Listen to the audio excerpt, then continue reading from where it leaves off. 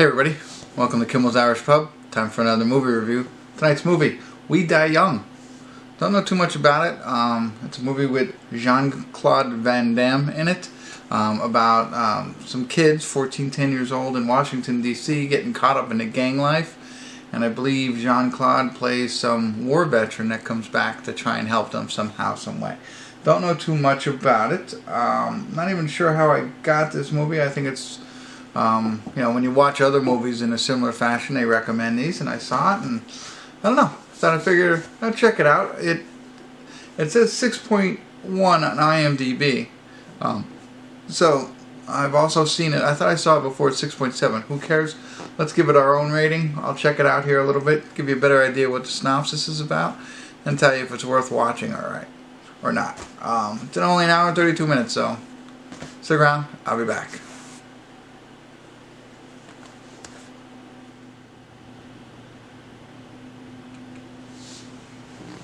Hey everybody, we're at the credits of We Die Young. Sorry, no check-ins. There wasn't anything really interesting that I had to get off my chest and explain to you before we met at the credits. So, essentially there's this, what they say in the synopsis on IMDb, a 14-year-old kid. There's no way to tell if he's 14 or not in the movie, but he's a younger kid who rides a bike, so he doesn't have his license, whatever. And he is like a runner for MS-13, one of the baddest gangs in the world, in Washington D.C. and it's MS-13, yeah, MS-13, and he goes around and he deals drugs and collects payments and all that kind of stuff, and works for the highest guy there in the area, and he has a little brother who, again, I'm not sure, but in this it says he's 10 years old. He obviously wants to follow in his big brother's footsteps and get involved there. And the older brother, of course, doesn't want him to do that. He wants him to follow baseball dreams and things like that. So, okay, so you got that going on. And then Van Damme, who is a war veteran, again, reading from this, Afghanistan, can't speak. There's no voice. We find out a little bit later why it happened, as you can imagine, in the war, but no speaking parts for Jean-Claude in this movie. But he lives in the neighborhood and pays that same kid for drugs for some of the pain. He has PTSD, and he also has some pain. I'm not sure if it's from the throat or whatever, but the doctor doesn't prescribe enough, so he buys it off this kid. So there's a setup on the characters. The plot essentially is the drug lord, for lack of a better name, or the gang leader of MS-13 asks this kid, his right-hand man, essentially, to run 2 bricks of something to the other side of the tracks, and he trusts him to do this. And then he sends his actual right-hand man, more of his age, to watch him. And this is where it kind of gets a little weird. So the kid's trying to do the whole thing. Meanwhile, his younger brother, his younger brother's getting initiated into MS-13. And he tries to stop it and whatever. And he tries to get him away from everybody while he's taking these bricks to the drop-off point.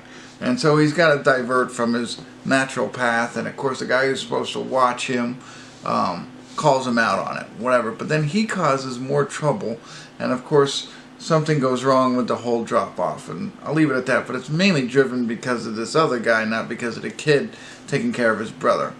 But things start happening, and it seems like he doesn't do a good job. But so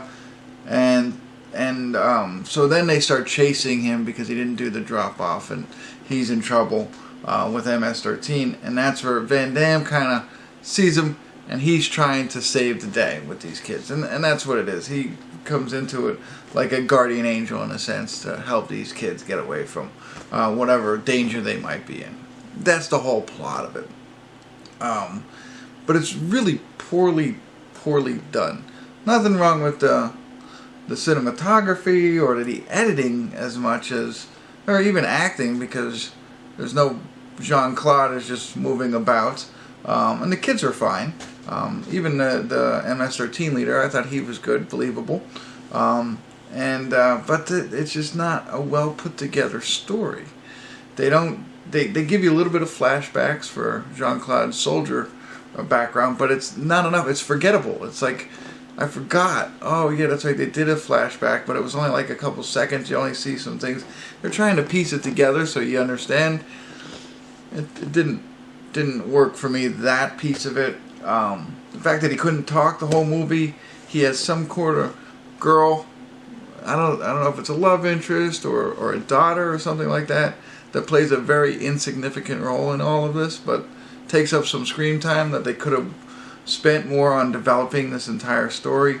You know, his infatuation for saving the kids, basically, I get it, but they kind of show one thing at the end that now makes me think, oh, that's why I wanted to save these kids.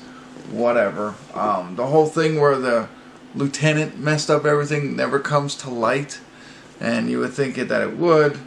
Oh, and the MS-13 leader, his sister is getting married that day, so they're having a wedding at his house, you know, while all this stuff is going on. I don't know, it's very, you know, it's not a convoluted story. It's not like it's hard to follow. It just didn't work well.